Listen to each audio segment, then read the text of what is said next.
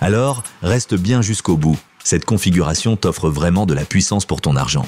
On va passer chaque composant en revue, pourquoi ils vont bien ensemble et ce qu'il faut surveiller.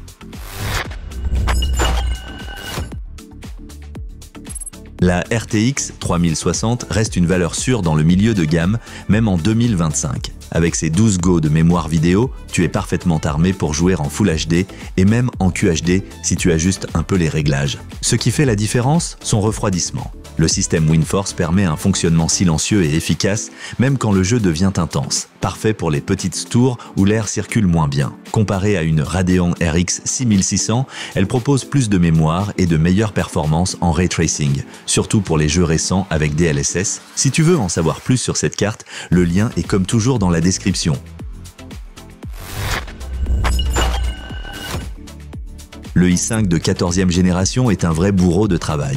Que ce soit pour jouer, streamer ou faire plusieurs choses à la fois, il suit sans broncher. Grâce à son architecture hybride, il est économe au repos et puissant quand il faut. Pas de chip graphique? Pas grave, avec une carte dédiée, c'est inutile. Tu veux plus de configs comme celle-là? Abonne-toi à la chaîne et pense à liker si cette config te plaît. Cette carte mère est simple mais fiable. Pour ce prix, elle fait très bien le travail. Elle offre les fonctions de base sans superflu. Parfaite pour une config à petit budget. Pas d'overclocking ou de connectiques avancés, mais largement suffisant ici. La RAM, c'est ce qui permet à tes jeux de tourner sans saccade et ton système de réagir vite. Avec 16 Go en dual channel, tu es bien équipé pour les jeux actuels, le multitâche ou même un peu de bureautique. La DDR5 offre plus de bandes passantes et prépare l'avenir. Et bien sûr, un peu de RGB, ça fait toujours plaisir.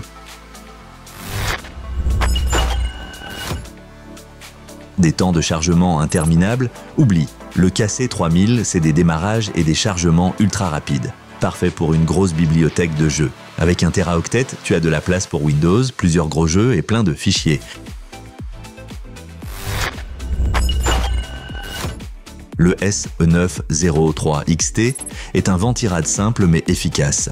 Si tu veux éviter le water cooling ou que tu as une tour compacte, c'est une bonne option. Il garde ton processeur au frais pour du jeu classique, mais attention en charge maximale. Assure-toi d'avoir une bonne ventilation dans le boîtier. L'Alim, c'est le cœur de ton PC. Avec 750 watts, tu as de la marge pour tous tes composants et même pour des upgrades plus tard. La certification bronze, c'est correct. Il existe mieux, mais pour ce prix, c'est très raisonnable. Ce boîtier est à la fois pratique et stylé. De l'espace pour une grosse carte graphique, un bon flux d'air et, selon la version, du RGB pour un look soigné. Et tu as de la place pour faire évoluer ta config dans le temps. Le panneau latéral montre bien ton matos, parfait pour un setup visuel. Si tu veux un PC gamer à 800 € qui t'en donne encore en 2025, c'est la bonne config. Puissance en jeu, stockage généreux, évolutif, tout ça sans dépasser le budget. Regarde dans la description pour tous les liens produits. Et si la vidéo t'a plu, lâche un pouce bleu. Dis-nous ce que t'en penses en commentaire et surtout, abonne-toi pour ne rien rater.